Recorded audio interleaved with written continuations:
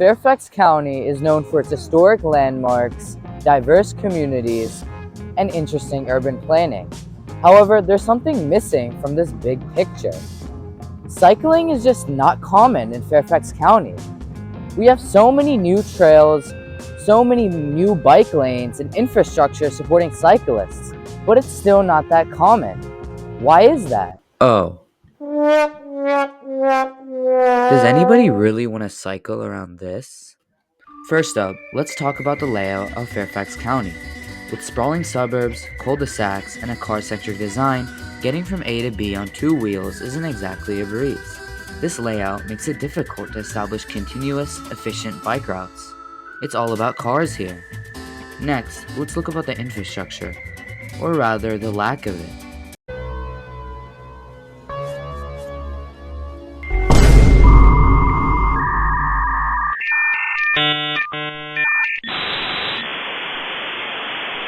As you can see there's some bike lanes, but they often end abruptly, leaving you to fend for yourself against the roaring traffic. They're also usually a painted strip on a very busy road, leaving nothing but paint to separate you from a car. It's like putting driveways on a runway with a plane taking off, and there's only paint separating them from the plane. Safety is a big concern. Fairfax County's roads aren't very inviting to cyclists. There are a lot of wide roads which invite fast-moving traffic, making it very difficult for a cyclist to get by. It's no wonder people feel safer in their cars. It feels like you're fighting for your life cycling by hundreds of cars. Public perception also plays a major role. In Fairfax County, cycling is often seen as a recreational activity rather than a legitimate mode of transport. And it's for good reason, too. A lot of local shops and businesses aren't near residential neighborhoods, leaving cyclists to resort to long, dangerous routes for something as simple as groceries or a haircut. It's simply faster to drive. But it's not impossible to build good cycling infrastructure. Look at suburbs in the Netherlands, for example.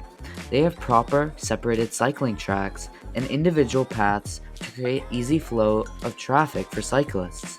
Crossings are also safe, and shops are relatively nearby. If you want to look at something more realistic, look at Vaughan, Canada. There's almost always a plaza or commercial store at every corner of a major road, making commutes for cyclists and pedestrians shorter. There's also safer crossings and more accommodating infrastructure for everybody, including sidewalks, separated bike lanes, and parks.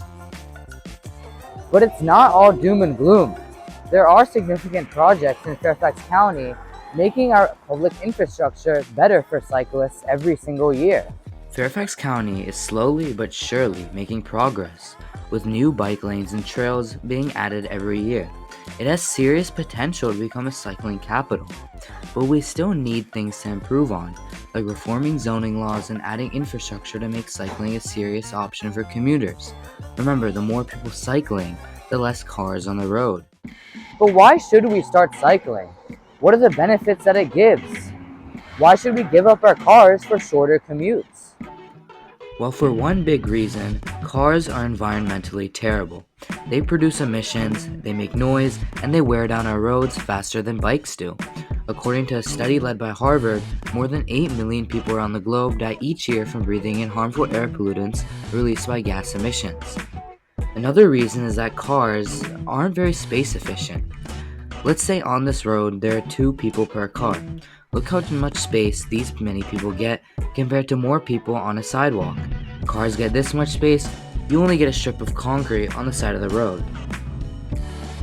Look, I'm not saying that all cars are bad, but for shorter trips, they're not necessary. Getting a haircut or running some errands shouldn't be done by a car unless you're carrying big amounts of cargo or traveling long distances.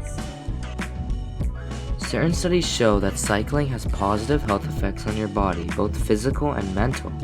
After all, our ancestors didn't sit inside a metal box all day, did they? They walked everywhere. Cycling can also be more efficient than cars if the proper infrastructure is built. In some parts of Amsterdam, it's faster to ride a bike than take a car. Who knows? Maybe one day we'll be able to cycle to a Wendy's and buy some fries without any issues. But for now, we gotta cycle alongside death machines.